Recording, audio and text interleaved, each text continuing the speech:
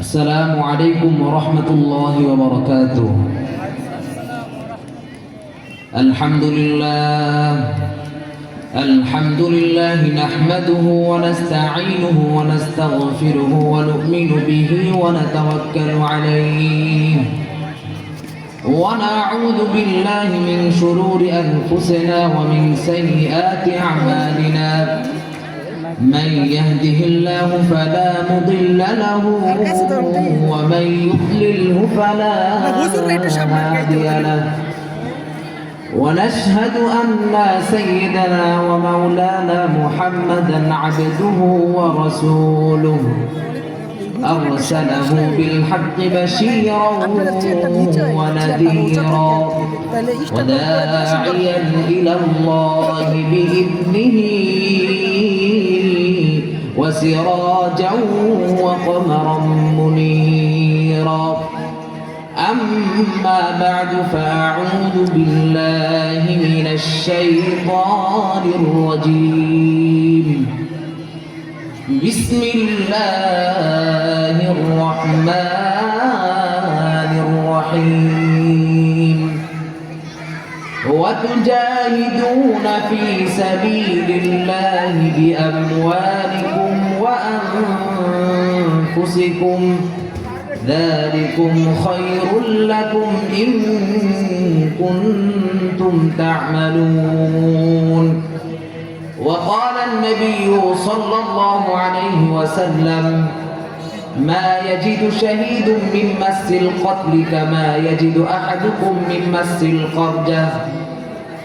صدق الله العظيم وصدق رسوله النبي الكريم ونحن على ذلك من الشاهدين والشاكرين. দারুল Falah হিফজ model মাদ্রাসার উদ্যোগে আয়োজিত আজকের মাহফিলের সম্মানিত সভাপতি, মাথার তাজ উলামায়ে কেরাম, দূর দূরান্ত থেকে আগত এক জাত হযরতে ওমর, হযরতে খালিদ বিন ওয়ালিদ রাদিয়াল্লাহু তাআলা আনহুর উত্তরসূরি যুবক তরুণ ভাইরা, পর্দার আড়ালে পর্দা নিশি হযরতে আম্মাজান আয়েশা রাদিয়াল্লাহু তাআলা আনহার উত্তরসূরি মা ও বোনেরা, ছোট ছোট মাসুম বাচ্চারা, আমার পক্ষ থেকে সবাইকে মুবারকবাদ। আমরা সকলেই প্রথমে রব্বে কারীমের দরবারে শুকরিয়া আদায় করে নিব যে রব্বে কারীম আমাদেরকে দুনিয়ার সমস্ত ফিতনা ফাসাদের কাজ থেকে ফারেক করে এনে একটি দ্বীনি মজলিসে এসে বসার তৌফিক দান করেছেন। এর পাশাপাশি কোরআন হাদিস থেকে কিছু কথা বলার ও কিছু কথা শোনার তৌফিক দান করেছেন। এই জন্য সকলে অন্তরস্থল থেকে একবার শুকরিয়া আদায় করি, বলি আলহামদুলিল্লাহ। সমস্ত প্রশংসার মালিক একজন, তিনি কে? প্রশংসা করতে হবে একজনের, তিনি কে? তাহলে জোরে সুরে শরীরের সমস্ত শক্তিটুকুনকে গলার মাঝ বরাবর এনে আকাশ বাতাস মুখরিত করে চিৎকার করে পড়েন আলহামদুলিল্লাহ। আমার ভাইয়েরা, আমি বিষয় ভিত্তিক আলোচনা করাটাই বেশি পছন্দ করি। তো যে বিষয়ে আলোচনা করব সেটা আগে আপনাদের সামনে হেডলাইনটা দিয়ে নিই। দ্বীন প্রতিষ্ঠায় যুব সমাজের কর্তব্য করণীয় কি, সংক্ষিপ্ত আকারে এই বিষয়ে আলোচনা করব ইনশাআল্লাহ। আমার ভাইরা, ইসলামে সব থেকে বেশি অবদান যাদের, তারা হচ্ছে যুবক আর তরুণরা। তারা যুবক আর তরুণরা। যুবক আর তরুণদের মাধ্যমেই সর্বপ্রথম ইসলাম কায়েম হয়েছে। সুতরাং যুবক আর তরুণরা হচ্ছে ইসলামের সম্পদ। তারা কি? ইসলামের সম্পদ। সর্বপ্রথম যারা ইসলাম কবুল করেছেন তারা কিন্তু বুড়ো ছিলেন না কেউ, সকলেই ছিলেন যুবক আর তরুণ। সর্বপ্রথম যিনি ইসলাম কবুল করেছেন হযরতে সাইয়্যিদুনা আবু বকর রাদিয়াল্লাহু তাআলা আনহু, বয়স ছিল মাত্র 37। আমার প্রশ্ন হলো, আপনাদের এলাকায় 37 বছরে যে সমস্ত মানুষগুলো আছে তারা কি দাঁত পরে একদম ফুরফুরে বুড়ো হয়ে গেছে, এমন কেউ আছে? তাহলে হযরতে আবু বকর কি যুবক? হযরতে ওমর যখন ইসলাম কবুল করলেন বয়স ছিল মাত্র 26। যৌবনের রক্ত মাথার তালু থেকে নিয়ে পায়ের পাতা পর্যন্ত ধাবমান। হযরতে আব্দুল্লাহ বিন আউফ যখন ইসলাম কবুল করলেন বয়স ছিল মাত্র 17। হযরতে আলী যখন ইসলাম কবুল করলেন বয়স ছিল মাত্র 8.5। সুতরাং সর্বপ্রথম যুবক আর তরুণরাই ইসলামকে কবুল করে বিশ্ব নবী রাহমাতুল লিল আলামিন সাইয়্যিদুল মুরসালিন নবীকে সহযোগিতা করছে। চিৎকার করে বলেন কথা ঠিক কিনা আমার ভাইরা? সুতরাং যুবক আর তরুণরাই হচ্ছে চিরকাল ইসলামের সম্পদ। তাদের অবদানই ইসলামের সব থেকে বেশি। এই জন্য কিন্তু বুড়ো মানুষ যারা আছেন তাদের কিন্তু মন খারাপের কোনো কারণ নাই। কারণ আপনারাও ওই যৌবনকাল পেরিয়ে এই বৃদ্ধ বয়স উপনীত হয়েছেন, ঠিক না? আরেকটা কথা, সেটা হলো জান্নাতে কিন্তু কোনো বুড়ো মানুষ যাবে না, কোনো কালো মানুষ জান্নাতে যাবে না, সব যুবকরা যাবে। সুবহানাল্লাহ বলে। বুড়োরা কি ভয় পেয়ে গেছেন নাকি? ভয় পায় না, এটা আমার কথা না, বিশ্ব নবী বলেছেন। বিশ্ব নবী বললেন কাল কিয়ামতের ময়দানে কোনো কালো মানুষ জান্নাতে যাবে না, কোনো বড় মানুষ জান্নাতে যাবে না, সব যুবকরা জান্নাতে যাবে। বিশ্ব নবীর কথা শোনার পরে একজন বৃদ্ধ মানুষ মাটির ভিতরে গড়ায় পড়লো আর চটপট করতে করতে কান্না করতেছে। কালো একজন মানুষ কান্না শুরু করে দিল। বিশ্ব নবী ওই বৃদ্ধর কান্না দেখে, কালো মানুষের কান্না দেখে ডাক দিয়ে বলে, ও আমার কালো, ও আমার বৃদ্ধ মানুষ, ভয় পেও না, ভয়ের কোনো কারণ নাই, কান্নার কোনো কারণ নাই।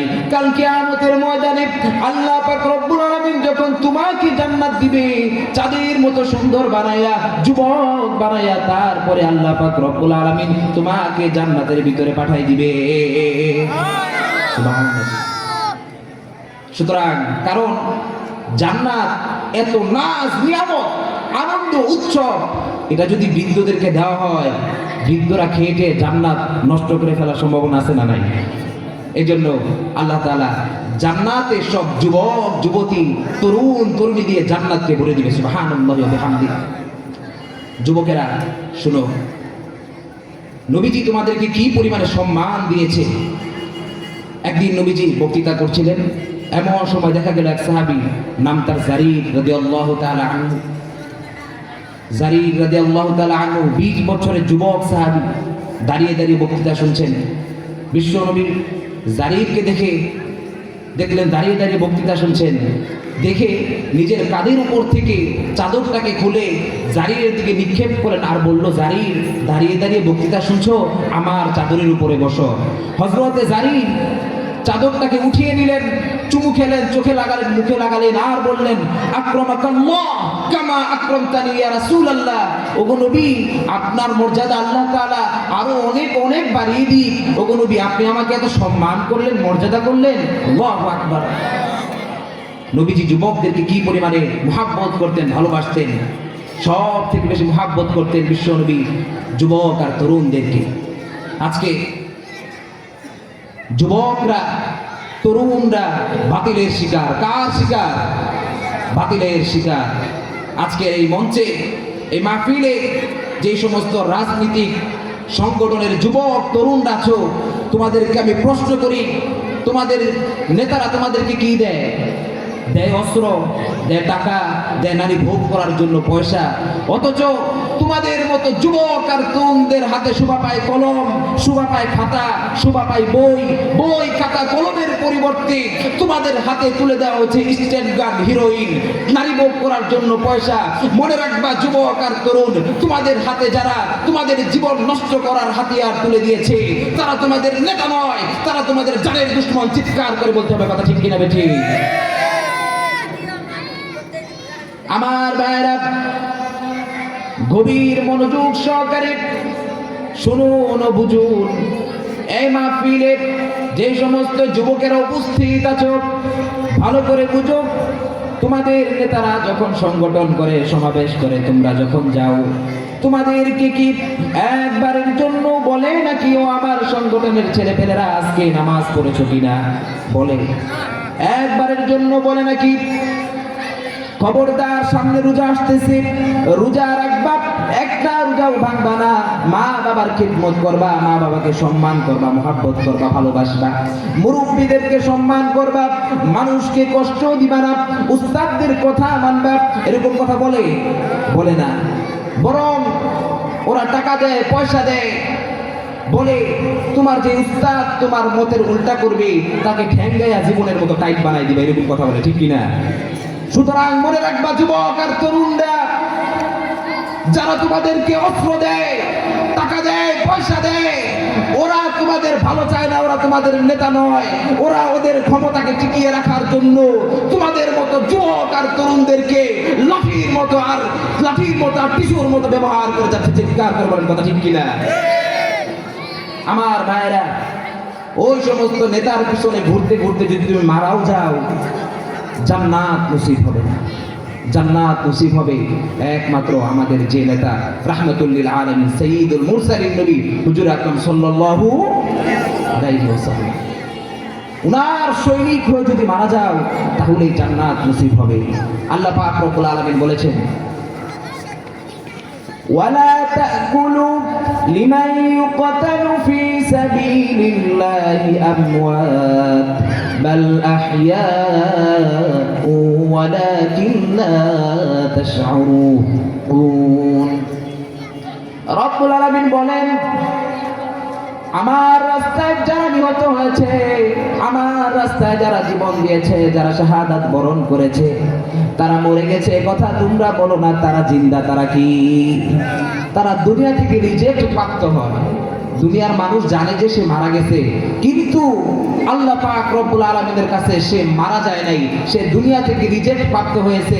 আল্লাহ তাআলা দুনিয়া থেকে বিদায় নেওয়ার সাথে সাথে ওই বান্দাকে জান্নাতের পাখিদের সাথে উড়ানোর জন্য ব্যবস্থা করে দেয়। সুবহানাল্লাহ ওয়া বিহামদিহি।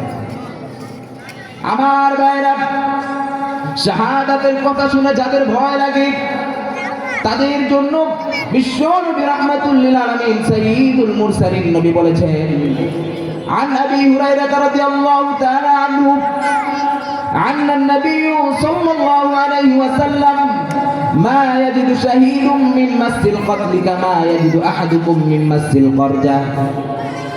হযরত আবু হুরায়রা রাদিয়াল্লাহু তাআলা আনহু হাদিসটি বর্ণনা করেন, তোমাদের মধ্য থেকে যদি আরেকজনকে কেউ একটি চিমটি কাটে, ওই চিমটি কাটায় যতটুকু যন্ত্রণা, শাহাদাতের মওতের যন্ত্রণা ওই চিমটি কাটার যন্ত্রণা থেকে বেশি নয়। সুবহানাল্লাহ। শাহাদাতের মওতটা হচ্ছে একটি পুল, একটি ব্রিজ, একটি সাঁকু, মরার সাথে সাথে দিদারে ইলাহি নসিব হয়ে যাবে। চিৎকার করে বলেন সুবহানাল্লাহ। এপারে মরবে, দুনিয়া থেকে শুধু বিদায় হবে, সাথে সাথে মরার সাথে সাথে আল্লাহকে দেখে ফেলবেন, জান্নাতে চলে যাবেন। সুবহানাল্লাহ। বিশ্ব নবী বললেন, কেউ যদি শাহাদাতের তামান্না, শাহাদাতের ইচ্ছা দিল থেকে রাখে, দিল থেকে যদি আল্লাহর কাছে বলে, আল্লাহ আমাকে আপনি শাহাদাতের তামান্না নসিব করিয়েন, কেউ যদি আল্লাহর কাছে দিল থেকে প্রার্থনা করে, সে যদি শাহাদাত বর্ণনা করে, সে যদি নিজের ঘরের নিজের বিছানার উপরেও মারা যায়, ঘুমন্ত অবস্থায় যদি মারা যায়, আল্লাহ পাক রব্বুল আলামিন ওই মৃত্যুটাকে শাহাদাতের মওত হিসাবে ধরে নেবেন। হযরত ওমর সব সময় আল্লাহর কাছে দোয়া করতেন, আল্লাহ আল্লাহুম্মা রযুকনি শাহাদাতান ফি সাবিলিক ওয়াজআল মাউতি ফি বালাদি রাসূলিক। ওগো আল্লাহ, আপনি আমাকে শাহাদাতের পেয়ালা নসিব করান। একজন শহীদ যে শাহাদাত বরণ করবে, সে কাল কিয়ামতের ময়দানে 70 জন মানুষকে, 70 জন জাহান্নামী মানুষকে জান্নাতে নিয়ে যাওয়ার সুপারিশ বহন করার পাওয়ার লাভ করবে। সুবহানাল্লাহ। এজন্য আমাদের প্রত্যেকের দিলের ভিতরে শাহাদাতের তামান্না থাকা উচিত। আল্লাহর দ্বীন প্রতিষ্ঠা করার জন্য, আল্লাহর জমিনে আল্লাহর দ্বীনকে প্রতিষ্ঠা করবার জন্য চোখের পানির দরকার, শরীরের ঘাম জড়ানোর দরকার, রক্ত দেওয়ার দরকার, জীবন দেওয়ার প্রয়োজন। জীবন দিয়ে, রক্ত দিয়ে শাহাদাত বরণ করে আল্লাহর জমিনে আল্লাহর দ্বীন প্রতিষ্ঠা করতে কারা কারা প্রস্তুত? হাত তুলে তুলে দেখা। আল্লাহ তাআলা আমাদের সকলকে কবুল করুন, বলেন আমিন। মজমাটাকে সুন্দর করে আরো সামনের দিকে এগিয়ে এসে বসেন, টেনে টেনে বসেন।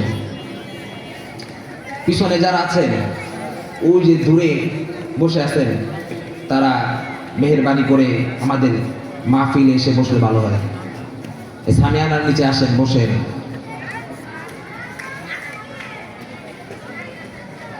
আমার ভাইরা সামনে জায়গাটা পূরণ করে।